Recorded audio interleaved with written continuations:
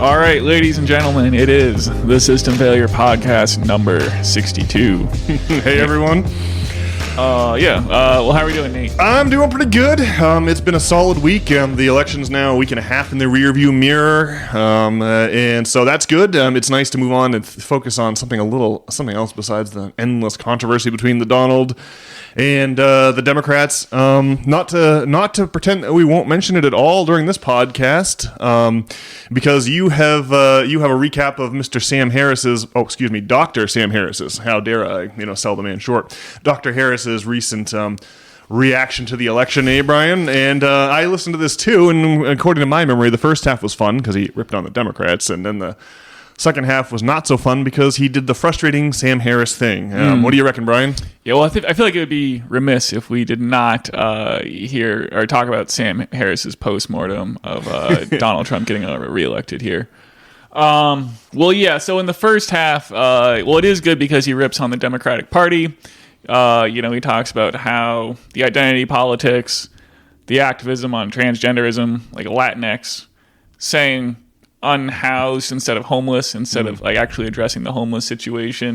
Right. We're going to be vociferous about policing language, right? Isn't that the line? But not so vociferous about the policing, the drug use and homeless situation, the chaos that's going on in the unhoused communities. Yeah, well, this is basically our exact critique of the Democratic Party, right? And why we can't stand them. And then it's why they lost the election. I like when Sam Harris says that, the Democratic Party politics are like a bad SNL sketch, because that's exactly what it is. But at 20 minutes in, he does pivot, and he says, I know what it's like to read an article in the New York Times and spot obvious lies. We need healthy, strong, and reliable institutions that correct their errors. And so I think this is boils down to what Sam Harris's problem is, right? Is he thinks that somehow that Donald Trump was the undoing of these institutions instead of these institutions already being fallible that created Donald Trump, right? He would think Dr. Harris would recall the aforementioned venerables lying us into the wars in Iraq and Afghanistan many years before, the Donald was anything more than a reality TV show host. Yeah, well, we talk about it a bunch, but it is the George Bush years into Obama, continuing those wars in the Middle East, and then bailing out the big banks and not the American people. And now, you can't afford a home. And then it's the stuffing of Bernie Sanders that directly results in the Donald being elected. And I guess if you have that Golden Girls money and you don't need to worry about buying a house, but also Sam Harris feels the wars in Iraq and were justified because they're Muslims or something. Yeah.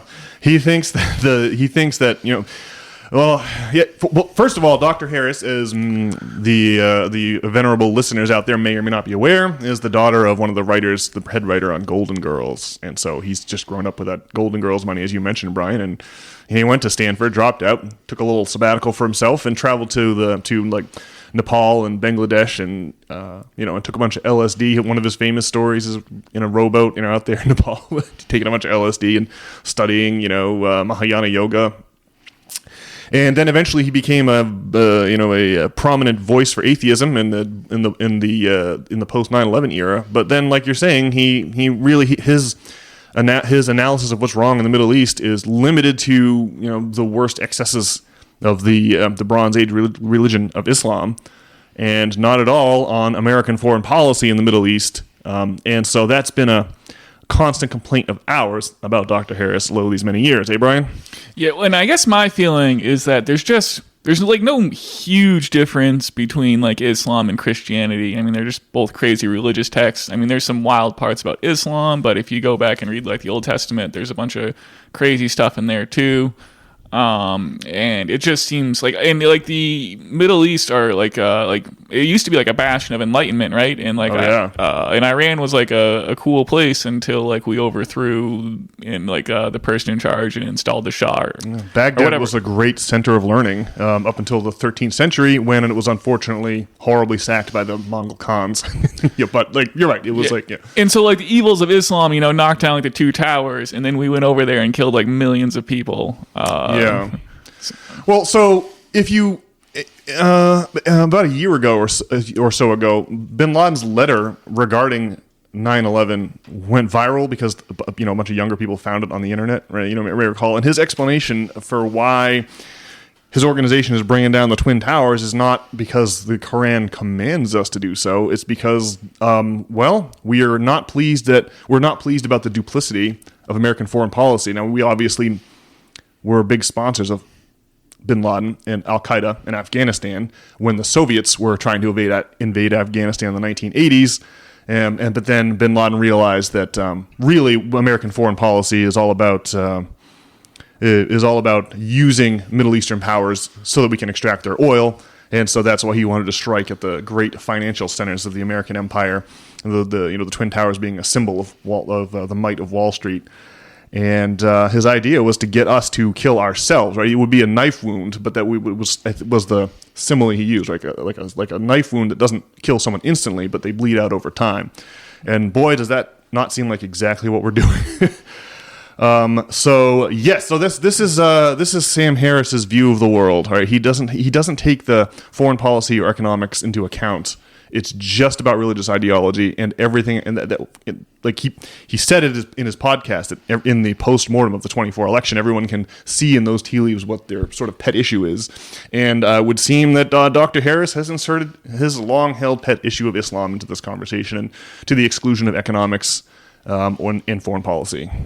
I just have to point out, Dave Smith made this point, but Ben Affleck went on Bill Maher with Sam Harris, and he made the worst retort in just saying that Sam Harris is racist rather than addressing any of the facts regarding the situation or what we were just saying there, which is just an unbelievable turn of events. And it must have Sam Harris must have felt like a genius countering Ben Affleck's piss poor argument that he's a racist. Yes. All right. Anyway. So Sam Harris goes on to say how there was a point during the election evening that Donald Trump was 89% to win, and Sam Harris said that he was relieved that Kamala Harris didn't pull off the 10% chance of winning, because it would have resulted in civil war, and that very fear is what's wrong with Donald Trump. And I guess my feeling is the claim of election chicanery, or all the polls were saying that it was supposed to be 50-50, right? And it's just, I think the only way that Donald Trump could have win is by a landslide, and if it had been close, then there would have been shenanigans afoot. But I guess the election skepticism is a deeply taboo topic, though. Well, that's suspicious that it's so taboo. It used to be that we all would talk about the elections were questionable if they were close. I just can't. I remember so well the 2000 election between Bush and Gore and the endless litigation that followed, and the highly dubious. I remember when Kathleen Harris, who was the Secretary of State for Florida, went ahead and certified that election before the Supreme Court could rule on it, and before recount could be completed. Of course, obviously, the brother of George Bush is Jeb Bush, and he was Kathleen Harris's boss at the time. It's really eyebrow raising. You're like, wow, so you just want to stop all recount? I mean, it's when the goal is to stop any kind of a recount, right? That's suspicious. And so the idea that talking about election chicanery is now is suddenly a taboo topic, after I thought it was something we all agreed upon, that hanging chads and endless intrigue on that front, I just thought was part of people's political understanding of what's going on. But now it's taboo, and when taboos seem to be artificially pushed down from the top, it makes one suspicious. When the presence of flack indicates you over the target. Well, it's not like we're MAGA true believers here on this podcast. And maybe it is a valid critique, just because when Donald Trump went on Joe Rogan and Joe Rogan asked him about election chicanery in the 2020 election, Donald Trump didn't really make a compelling argument. Other than it just generally seems suspicious. And there's the crazy videos online and whatnot of, tons of ballots coming in after midnight. But, I guess I don't have a problem challenging election results, but it is crazy that all the polls say it's going to be a dead heat, though, and then it's a huge blowout, and It happened in 2016 too, and then they, blame the Russians. Well, we all ought to be done with the pollsters by now, right? It's just been too many elections in a row where the pollsters just have no idea what's going on. They had Biden is way ahead in 20, and then it ended up being a super close race. And then they had Hillary winning in 16, and obviously that turned. So I don't think anyone wants to listen to the pollsters anymore, especially when the betting markets nailed it the whole time. Well, the bad polls seem like part of the greater problem of the institutions have failed, and it's crazy that the institutions can't actually report the truth. And if they had reported the truth, I would think that the Harris campaign would have had to, do something different and maybe court Bernie Sanders instead of Liz Cheney. Oh, I think the campaigns have real polling. I've heard that before Biden dropped out, they had mock election maps with the Donald winning 400 electoral votes, only a few tiny states still carried by Biden. I think the campaigns know very well what the numbers are, and then there's these public polls, which are all part of the propaganda and the kayfabe. Well, anyway, so Sam Harris's final salvo. He says that Trump supporters refuse to acknowledge the pathological or how pathological Trump has made the situation. And as we were saying, it's just that the situation has been pathological for years already, and you'd have to have that Golden Girls money to feel otherwise. And then he asks how do we feel about X now? And I'm happy that X is not in lockstep with NPR and Reddit and every other establishment media source that says the same thing, that it's 50-50 and going to be a dead heat and whatnot. In order to establish binocular vision on the state of affairs in the world, I use Twitter and the Wall Street Journal in tandem. And we had an incident in, I think it was Copenhagen last week, where soccer hooligans. There was a Palestinian-Israeli conflict with soccer hooligans. And on the Wall Street Journal, it was just shown as nothing but Jew hatred. That's it. There was no other. That's people are just hunting Jews in the streets of Copenhagen.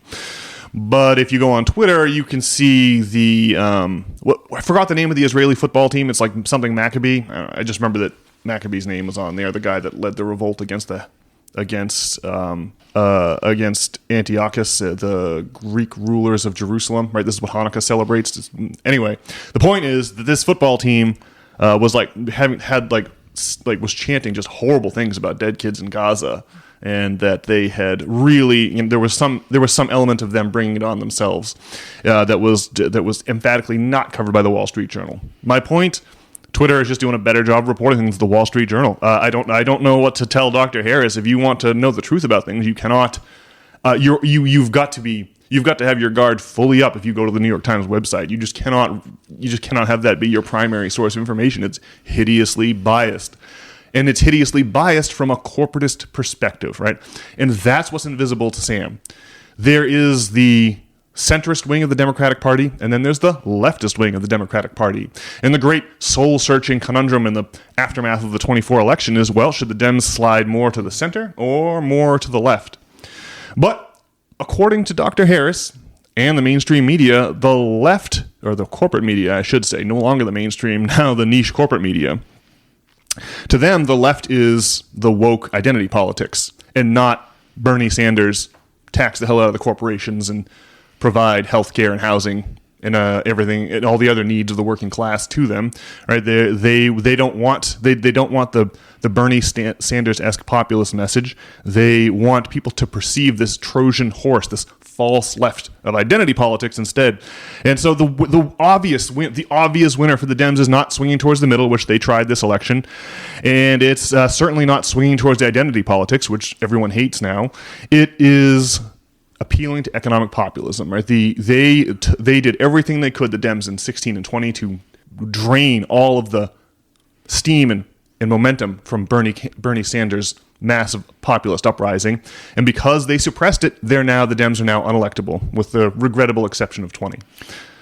Yeah, there just seems to be the thread. It seems to be a bit knotted or something, because Sam Harris talks about how we need reliable institutions.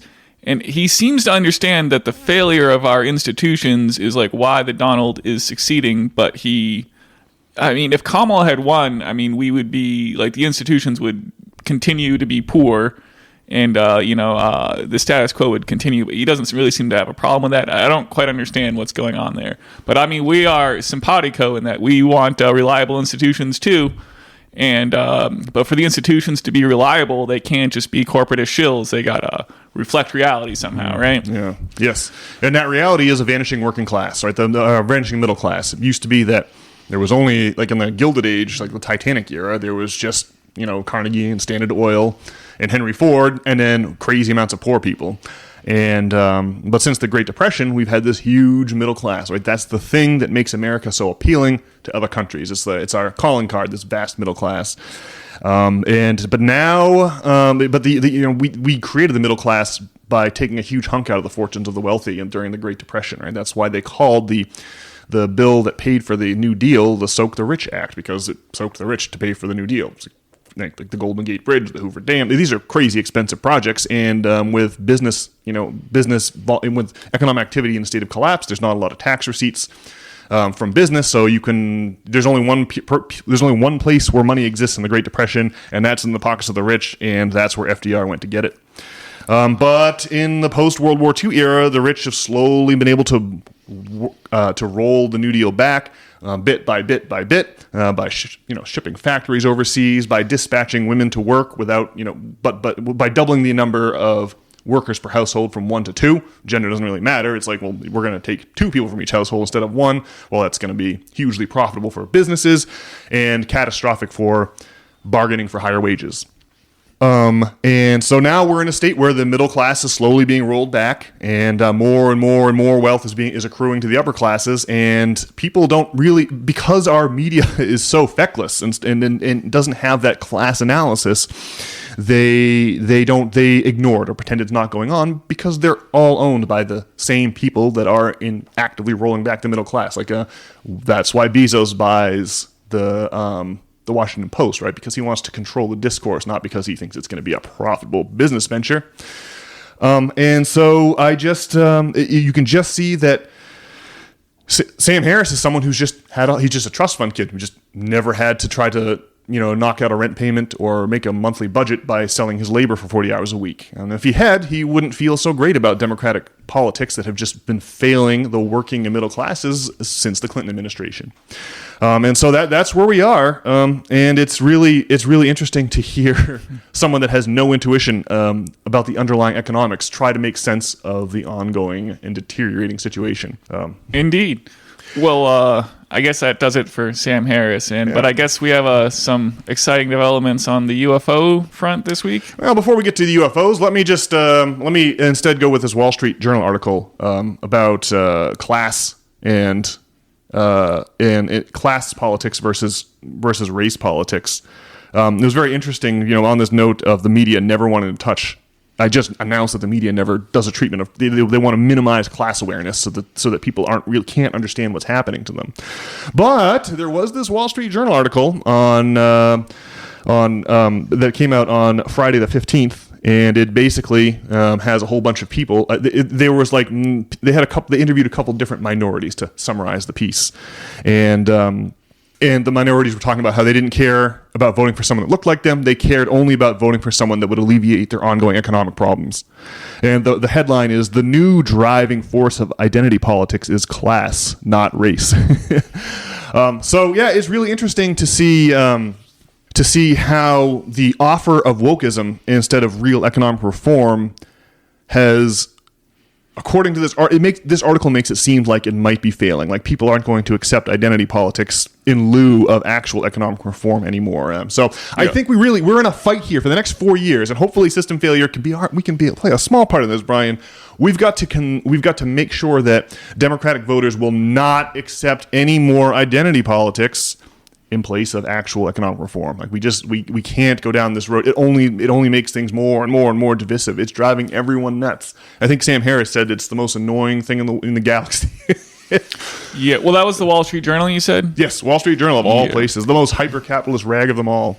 Well, it seems like the narrative of identity politics, that's basically, that door has been kicked through, like rotten wood.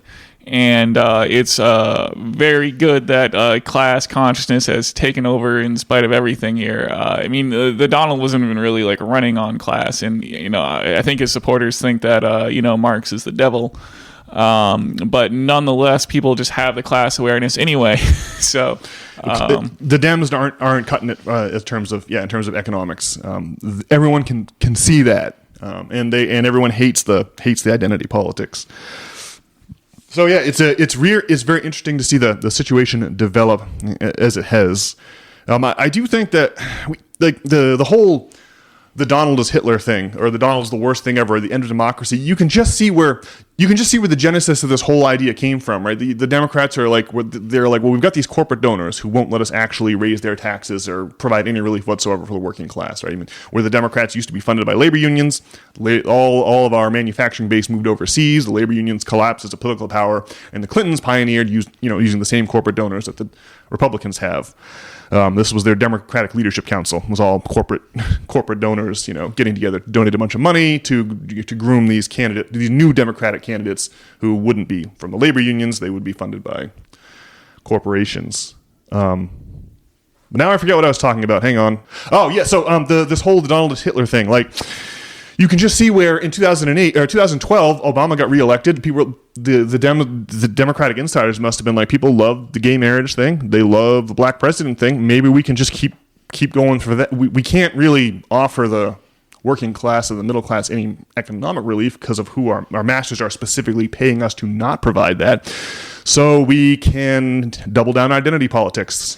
Gay marriage is legalized everywhere now. So we got to find ever smaller minorities to try to cater to try to increase our appeal that way. And then the other thing we can do is make our value relative to the Republicans seem high by having the previously trusted media outlets like the New York Times tell their readers that the Donald is Hitler, or that it's the end of democracy if he gets elected. Right? We can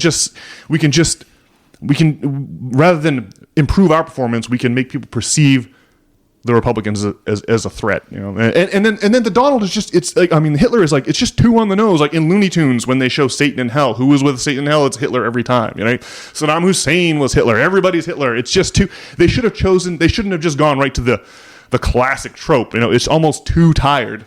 And so that's what I think. If the Democrats really thought that the Donald was the next Hitler, they wouldn't be running geriatric candidates. They wouldn't be running candidates that everyone hates, like Kamala Harris, that couldn't even muster a single electoral vote or a single delegate vote in the 2020 primaries. Right? The non-seriousness of the candidates they selected betrays the game. And then, of course, there was the scene of Donald Trump visiting the White House this week and being all chummy with Joe Biden. You wouldn't, if Joe Biden thought this man was the next Hitler, right? Clearly, Joe Biden never believed that, right? Not even once. The way that he's interacting with Donald. It is funny the way he's grinning broadly, and it makes you think that maybe he voted for Donald Trump. There's some conspiracy theory that because he was the first one to endorse Kamala, after his resignation got put through, which was put up on Twitter, and he didn't. It's not clear if he actually wrote that letter or not, and that maybe his endorsing of Kamala tanked the whole thing. But in any case, I think the whole thing just goes to show the Democrats prevailing on identity politics during the Obama years and then continuing to try to cram that down our throats for 8 more years afterwards.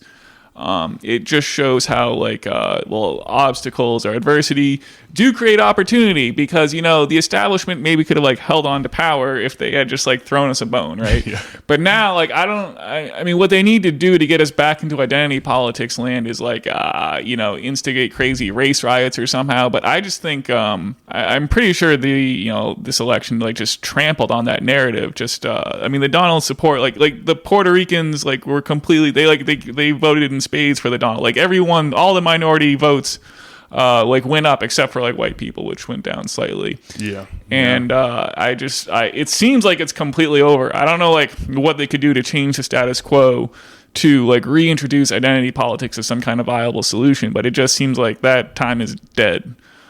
Yeah, the Democrats, they're going to have to, but in order to not double down and go with identity politics again, they're going to have to do something about their donors, like the donor class, the people that donate to the Dems. There are specific instructions. They're receiving their current donations because contingent on their ability to not allow any economic reform to happen, because economic reform would be bad for the bottom lines of the people who have spent the past, the post-war era rolling back the New Deal.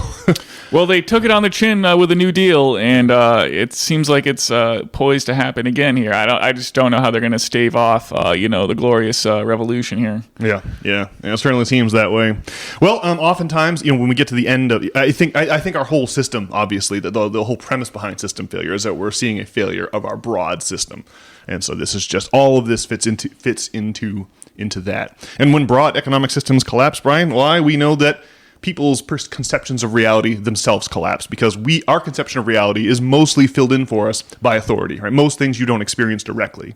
When it comes to like science, most of us don't even read peer review articles, let alone actually conduct any experiments of our own. And so when things start to crumble, people start to ask if the emperor really is wearing any clothes or if they're actually naked. And when they do that, they often discover some of the compromises authorities have made with reality for their benefit, to benefit their own power. And so when systems start to seize up and stop functioning so well, people really start to question reality, and that's when reality kind of breaks down, or you have this free-falling feeling of being untethered from reality. The most recent example was the Renaissance, when the likes of Galileo and Tycho Brahe and Johannes Kepler and Nicholas Copernicus were able to figure out that the sun does not orbit the Earth, but really the Earth orbits the sun, and they flipped reality on its head for the denizens of the Middle Ages. Well, I think it's happening again, and I think that the lights in the sky are part of that, and that brings us, Brian, to the aliens that you mentioned a few moments ago. Right. Now, the other hot news this week was a spicy hearing on Capitol Hill, in which journalist Michael Schellenberger was able to reveal some previously classified documents that he'd gotten his hands on. And I guess what I'd like to do is to read into the microphone just a brief recap of how this congressional hearing went, because the news media, Sam Harris's beloved media, has been completely silent. Like, you won't find anything on this in the Wall Street Journal. And so I shall now, Brian, if you're ready, if you haven't got any comments, I'll dive into the summary. Please, go ahead. Okay, here we go. So this will just be maybe like a list of everyone that appeared. So just bear with me here. Dr. Tim Gallaudet, Rear Admiral, U.S. Navy retired, Chief Executive Officer, a highly credible former Rear Admiral. He's a very highly ranked former military official. Mr. Lou Elizondo, who our listeners may have recently heard on the JRE pod. The man's been making the rounds. Elizondo is the former director of ATIP, the Advanced Aerospace Threat Identification Program. He'd had some issues with sharing things that had been debunked, but he is someone whose job was literally to study a UAP for the government.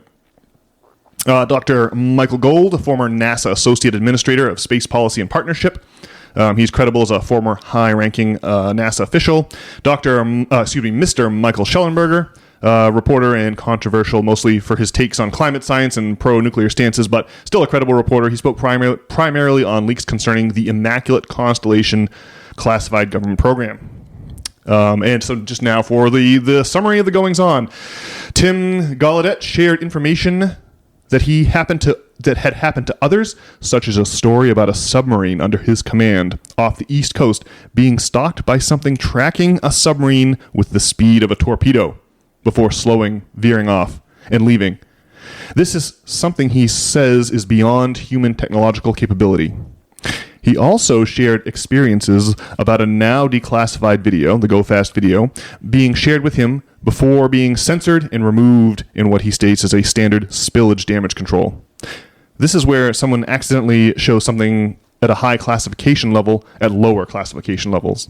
He also mentioned being subjected to counterintelligence operations by AARO under Sean Kirkpatrick. Lou Elizondo spoke, saying that UAP are real and were not made by any Earth-based government in clear terms. He also spoke on counterintelligence used to hide this. He mentioned that groups are operating without proper government oversight to study these issues. Notably, the congressman in charge of the hearing mentioned that they were asked not to bring up certain topics during the hearing and that they have continued to be stonewalled by a number of groups. Elizondo also testified that the Pentagon's Public Affairs Office is issuing false or misleading information and employs a single psychological operations officer as the only point of contact for UAP reporting. He stated that there is a group which focuses on harassment, intimidation, and credibility ruining that goes after whistleblowers within the intelligence community. Schellenberger mentioned just how heavily redacted documents obtained through Freedom of Information Acts are, showing an example page that was almost entirely blacked out. He also testified about a government program that studies UAPs and operates without congressional oversight. He mentioned that many Freedom of Information Act disclosures are being blocked in recent years. He mentions that AARO and the Pentagon have broken the law by failing to inform Congress of these programs and receive proper oversight. Gold stated that UAPs could be AI or drones. He also proposed a number of ways NASA could be used to gather civilian sighting data. He also proposed using AI to look over NASA files for any anomalous phenomena. All members stated under oath that there is an extensive cover-up of government UAP studies and that non-terrestrial intelligences exist. No direct evidence was presented at the hearing, but it's important to know that all were under oath. A very common argument made by all people that appeared was that all content relating to UAP is heavily overclassified. Does this mean aliens are real? Without any direct evidence, we can't say for sure yes or no. There were no smoking guns presented during the hearing. All individuals at the hearing stated that they were real with plausible testimony and that the Pentagon and AARO under Sean Kirkpatrick were engaged in illegal activity by concealing programs, studying them from proper congressional oversight. Whether or not aliens are real, this is very plausible. Black book programs and government corruption are hardly new. As to how often additional hearings are likely to happen, that's not known. As for why this took so long, it's hard to say and is just speculation, but perhaps they waited until after the presidential election. The president has great influence over what is or what is not disclosed to the public. And so that's the hearing as summarized by Reddit user Citric Thoughts. So pretty wild stuff there, Brian. I mean, I just can't believe that here we are in 2024 and we've got all the brass on Capitol Hill listening to this testimony, and our media is mum. Like, if this is a surprise to you, or you didn't hear about this hearing, you have to really reevaluate where you get your news from, I think. Like, if you hadn't heard of this insane hearing, this is just wild stuff. I just can't believe we have very sober, serious, like, rear admirals in the Navy saying, yes, this is real. Yes, yes, it's happening. Well, it is surprising it doesn't get more coverage, but also when you hear that the whistleblowers are having counterintelligence operations performed against them. Yeah. I guess it's not very surprising. That is wild stuff. Usually after something like this, Schellenberger ends up on the Joe Rogan pod. So hopefully that happens. Or hopefully under the Trump administration, they get in there with some kind of disclosure about stuff. It's pretty wild. These media outlets are dying, right? They don't. The internet has destroyed the profitability of print media. Everyone gets their news on Twitter now. And like the classified ads that used to pay for local reporting have all but everyone posts on Facebook Marketplace. And the very business models of like the legacy mainstream media is in peril. You would think that the Jeffrey Epstein stories and the UFO stories that everyone wants to read about and everyone is fascinated about, you would think that they would be desperate to get these things to their readers to boost their subscription numbers.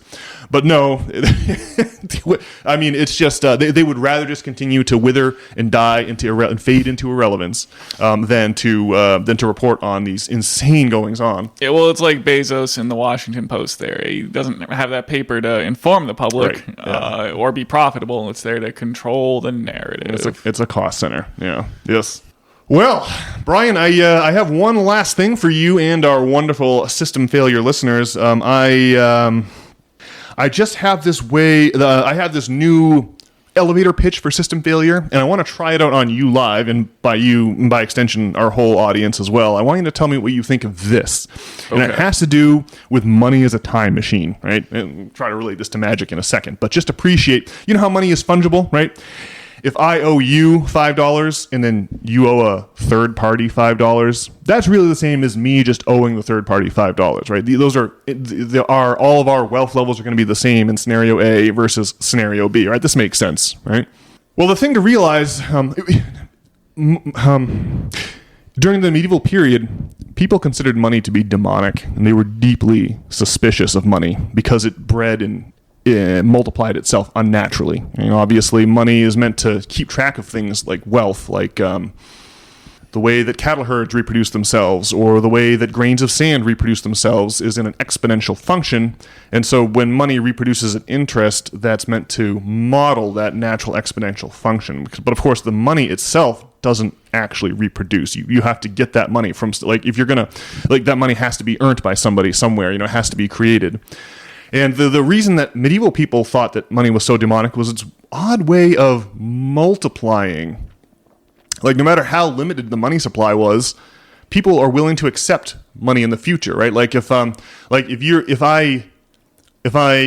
you borrow, like, you're willing to, like, I'm willing to accept an IOU as future payment, and a lot of people are, right? If you say, listen, I'm a little short today for my hamburger, I would gladly pay you Thursday for a hamburger today, right? Isn't that the old line from Wimpy and Popeye? I think it's Tuesday, but yes. Yeah, okay, I would gladly pay you Tuesday for a hamburger today, right? That really tells it all. That really says it all right there, right? If people are willing to accept money on Tuesday for a hamburger today, then that's how money is not just fungible across persons, it is fungible across time, right? And so when you think about the stock market, we're all like peering as far into the future as we can. You're trying to predict what's going to happen. Is this company going to go up? Is this company going to go down? What you're really doing is trying to squint your eyes and gaze into the future and grok what's going to happen. What is this company going to be worth in the future? Like, how much future? Like, do I think that, like, what you're really doing is when you invest in a company, right, you're really loaning them money. What you're really doing is you're giving them, they're borrowing their future money from you at a cost, right? You expect your money to go up. You expect to get more money back out of the company than you took from them, than you invested in them. That is a way of saying you're really selling them their future profits, and they're getting access to their future profits by borrowing from you. So what happens is, like, if you, like, all of this, if the bank thinks that if you go to the bank with a business proposal and they think that you have $1 million company on your hands, they're going to be willing to loan you $1 million. What they're really doing is moving money across time, right? It's like the banks are in possession of this Stargate or portal through which they can move money from the future into the present. And that's really that's what made medieval folks think of money as demonic, because even if you have your money made of gold and silver, like, even if they're gold and silver coins, and so you can only have a finite amount of coinage, people will still accept IOUs in lieu of coinage, and so all of this future value gets brought into the present, gets pulled through this membrane of time into the present, and you just end up with a few coins and then all these IOUs stacked up next to the coins.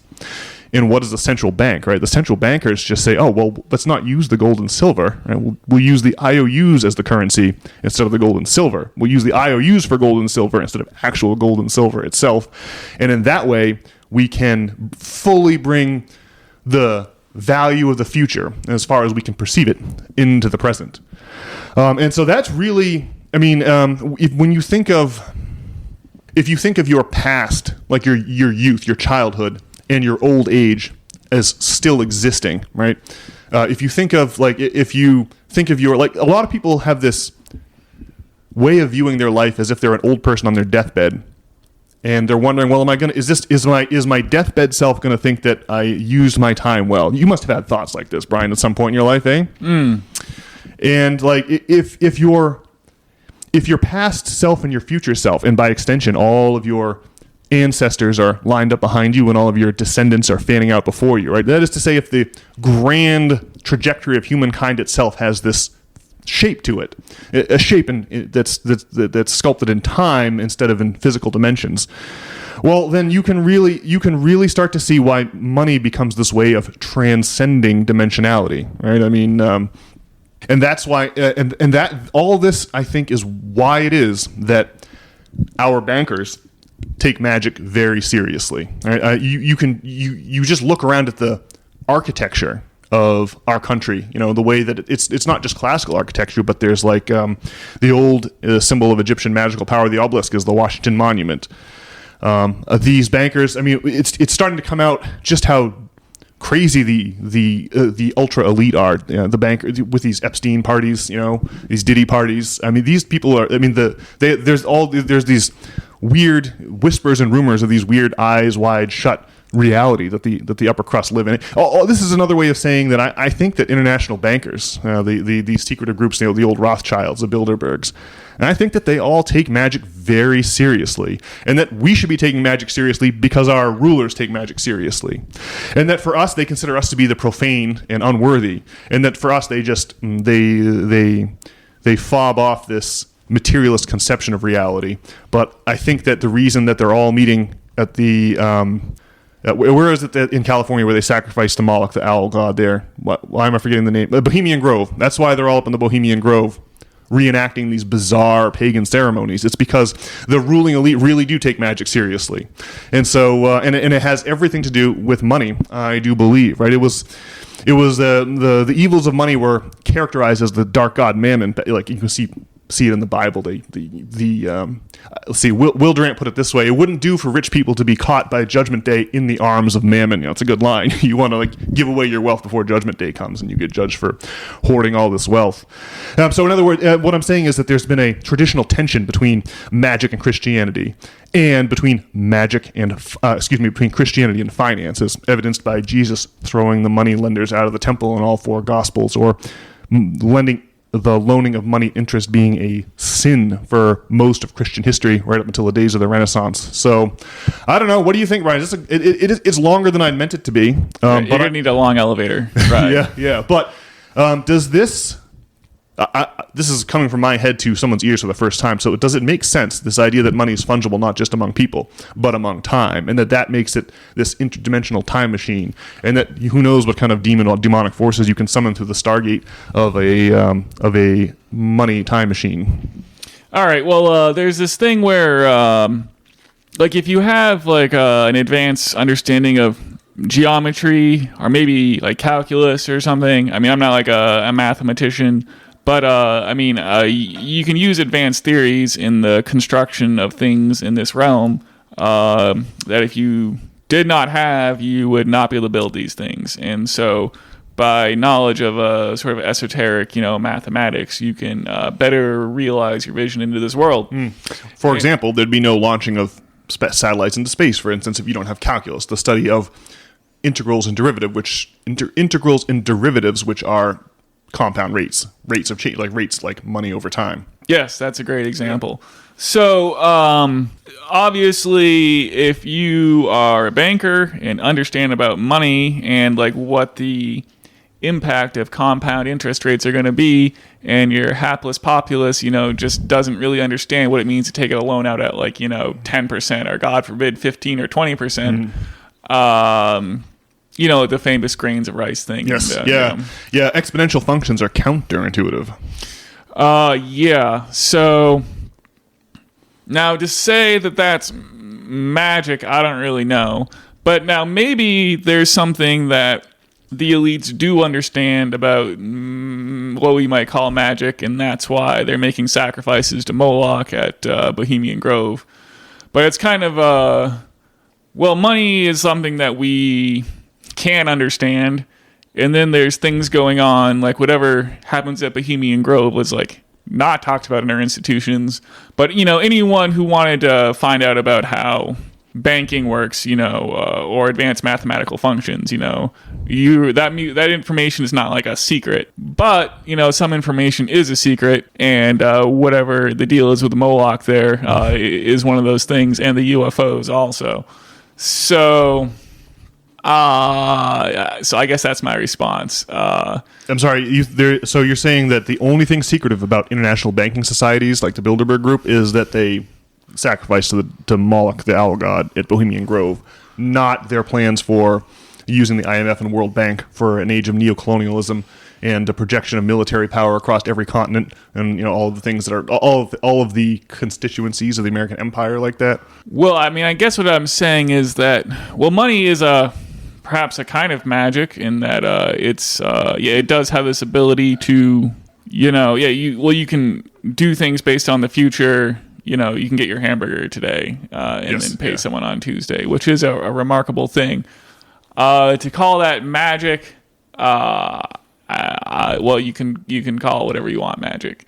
Yeah, that's the thing. Like, we think of magic, you think of the tall wizard hat, the magic wand, the boiling cauldron. You might think of alchemy, turning lead into gold. You might think of action at a distance. But all of the old alchemical dreams have all come true. We can turn. It's. I won't say it's trivially easy, but it's old news in science to take lead and turn it into gold. You just do that by means of nuclear fission. And it's been done experimentally any number of times, and of course it's way more expensive to do that than the value of any resulting gold could possibly be. The advent of electricity in the 1800s, right, is this action at a distance. Oh man, I can't remember now who called the advent of electricity the descent of the Holy Ghost into history. But all of the classical conceptions of magic have all come true. And then once you understand how they work, they no longer seem magic anymore. But there is one great secret that the bankers are keeping from the rest of us, the profane. What's that? One major secret, right? You see, because when you go down to the bank and get yourself a mortgage, they give you the impression that you're borrowing the money of some thrifty pensioner. I think those are David Graeber's words. Some thrifty pensioner who stored their money away at the bank, and now the bank's going to loan this to you and charge you a little more interest than they give to the thrifty pensioner in interest, right? And that they make their money on the arbitrage between the higher rate that the loan customer has to pay and the lower rate that they pay out to the savings customer, right? But it ain't true, right? The banks are not loaning. The banks, you can tell if you put $1,000 in the bank, they're never going to tell you if they've loaned any of that out because they don't, right? They create the deposits out of thin air by simply changing the number in someone's account in a computer program, right? The banks are just they are summoning money just like a wizard, right? And then loaning it to you and then charging you for this product that they've just summoned out of the ether. And people are really confused about that.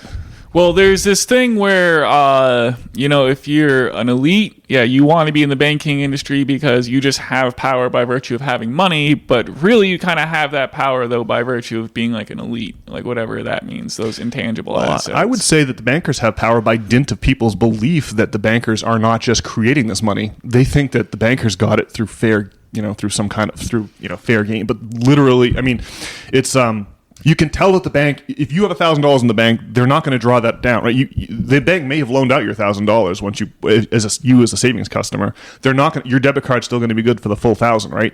Even if they took your $1,000 and loaned it to me, a loan customer, right? Now my bank account has $1,000 in it, and your debit card's still good for $1,000. I'm in hock to the bank for $1,000, right?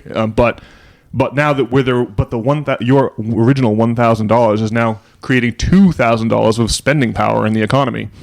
And that's I really think that the importance of understanding that, like, people would like the depression. Our grandparents, the Depression era, they knew not to trust the banks. Right, they would store their money under their mattress anywhere they could. They knew that the banks were suspect. The folks who lived in the Great Depression understood the same thing that the medieval Christian church understood with respect to the hidden dangers of banking.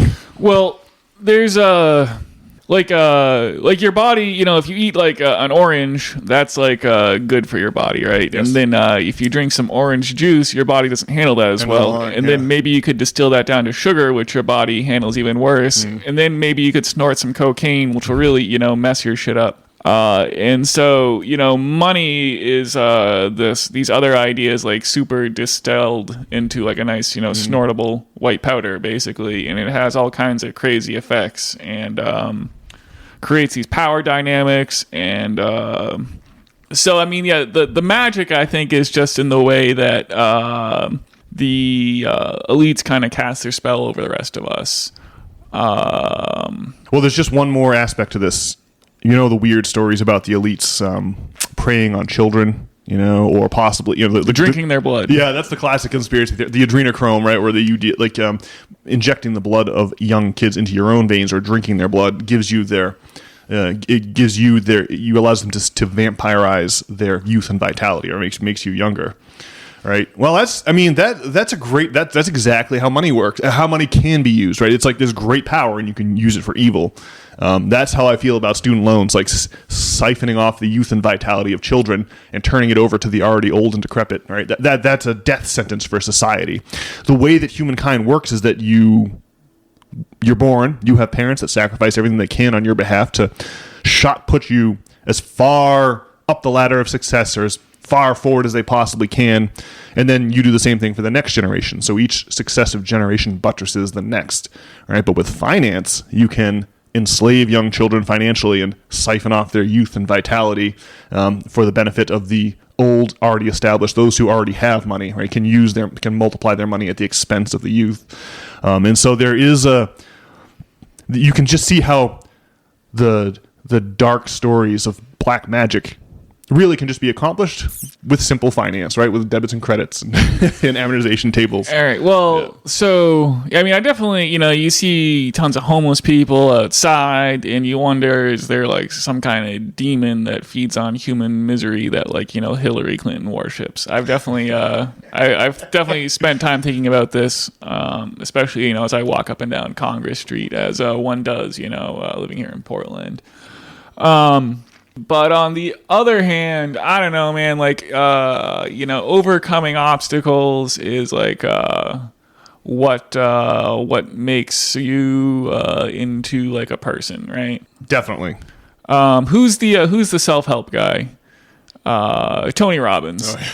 Like I was just listening to him on Theo Vaughn's podcast, and he was talking about how his mom, his like psychotic mom, well, at least she was, drinking alcohol and taking pills. Vaughn's or Robbins' mom? Robbins was talking to Theo Vaughn about Robbins' mom. Yeah. Okay. Yeah. He was just talking about how growing up, his mom would go on these like crazy benders and like was pouring like soap down his mouth, like liquid soap, because she thought he was lying about something. And he talked about how if he had the mom that he wanted. Well, I mean, he does some like charity and like feeds like makes like millions of meals to people each year, and Tony Robbins obviously has like a pretty positive impact on a lot of people. So like in overcoming that crazy obstacle, he's become the person that he is, and so I guess our system breeds a lot of human misery. On the other hand, I don't know, like, for a lot of history, I mean, like, would you rather be growing up now or like in like the 1920s or like? No, there's no better time to be alive than right now. Even living in a context of civilizational collapse, especially with the way that time has telescoped. That is to say, things. If you could live your whole life in the 13th century as a French farmer and never see a single innovation that changes your life, right? But now the innovations are coming fast and furious, right? Like ChatGPT is the latest, iPhone before that, the internet before that. So yes, definitely the best time to be alive is now. Well, it's certainly easy to get caught up in the rut of trauma, and obviously we're bombarded with we're addicted to our cell phones and whatnot. But there's also like tremendous opportunity. So I think it's kind of a lot of ways like easier than ever to like overcome the obstacles that are there. So I don't know. I mean, we don't necessarily live in a dystopian. I mean, it's somewhat dystopian, but there's also just so much opportunity. So I guess I have mixed feelings. Yeah, the words like dystopia and utopia imply an end point, right? But we're in a constantly evolving situation, and it may be that we're on a dramatic civilizational downswing that I like to compare to the fall of Rome or the collapse of the feudal society in Europe in the 13th to the 16th centuries. But I do agree about overcoming obstacles, and I just think that what the best thing you can have, the best thing you can be armed with in the battle to overcome obstacles is good information and understand when and where there are malevolent forces arrayed against you, like the case with financial capital. Like it's really good to know what you're dealing with, right? It's like realizing not being fooled, right? Realizing what you're up against is the first step in overcoming any obstacle. And that's why it is with that mind that I announced that the banks are lying to us all, and that they're just printing money they're making it all up in the computer and then charging us for their invisible product, and that we'd ought to have. In that 97% of our currency comes from this process. Only 3% is actual real money. The rest is all bank deposits conjured up out of thin air.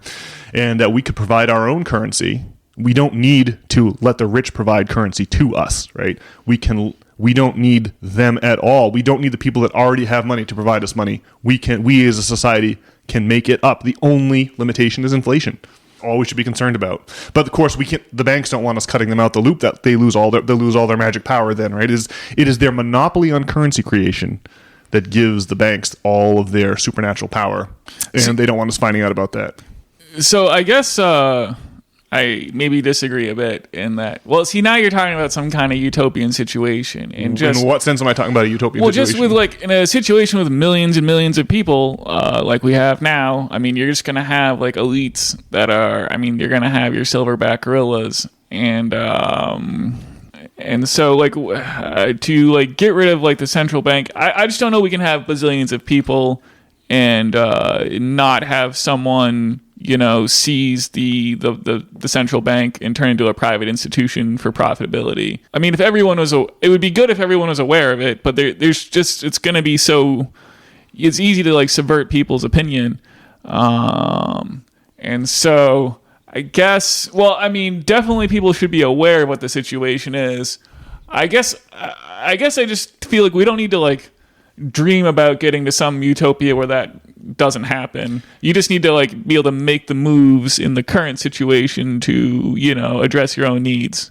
In the aftermath of the Black Death in the mid 13th century, there was a massive labor shortage on, and people got the idea, well, instead of swearing fealty to this one feudal lord, I could play feudal lords against everyone needs their fields plowed, and I could play one feudal lord off against another in a bidding war, right? This is what gave rise to capitalism, where people rent their labor out to the highest bidder instead of swearing fealty to one lord, right? You sound to me like a farmer in the aftermath of the Black Death saying we shouldn't bother to negotiate with that second feudal lord because it's utopian to do so. There's always going to be a silverback dominating the rest of us, so we shouldn't even bother making this incremental improvement. I don't think that a response to a concrete policy suggestion is to say, well, it's utopian, so we shouldn't bother. You should just focus on your own life and not try to improve things by banding together with your peers to make some kind of an incremental improvement. No doubt, the next version, whatever is slavery, feudalism, capitalism, and then whatever comes next. No doubt that will be like we'll be trading our current host of problems for a new set of problems, but hopefully it'll have one or two or three fewer problems for us to deal with. Well, progress is clearly at the heart of what's going on when we talk about the career of humankind. And I think that labeling things as labeling a potential improvement as utopian and not bothering with it as a result is the opposite of the human spirit. Well, I think that raising people's awareness to what's going on with the banks and whatnot is all a good thing. And if we're able to hit like the critical mass required to like overthrow the private central bank we have and make a people's bank, I mean, I think that would be unbelievable. Yeah. But I just wouldn't act like, I mean, we kind of already just like live in a great system to some extent is the thing. There's just all kinds of opportunity. Well, this system has a countdown clock built into it specifically because of the financial structure of capitalism, right? This society cannot continue into the future. We are looking for sustainability here, not utopianism. There is certainly change is going to come, and I guess sustainability does seem like an issue. But I just, I'm just saying I wouldn't let all that stop you from like enjoying life or whatever, right? There's just all kinds of opportunity regardless. Well, yeah, I mean, despair comes from seeing that there's problems and having no way of addressing them. Hope and change, to borrow Obama's immortal phrase, comes from understanding the forces arrayed against you and figuring out ways to overcome them. And so attempts to understand what's going on in front of us and suggestions on how we can prove it. Again, they're not... Utopianism means this will make everything perfect. But suggesting that this will make things better is not utopian. That's just what it means to be human. Fair enough. Alrighty, Brian. Well, I feel like that is a good spot to draw the line on this, the 62nd episode of System Failure. What do you say?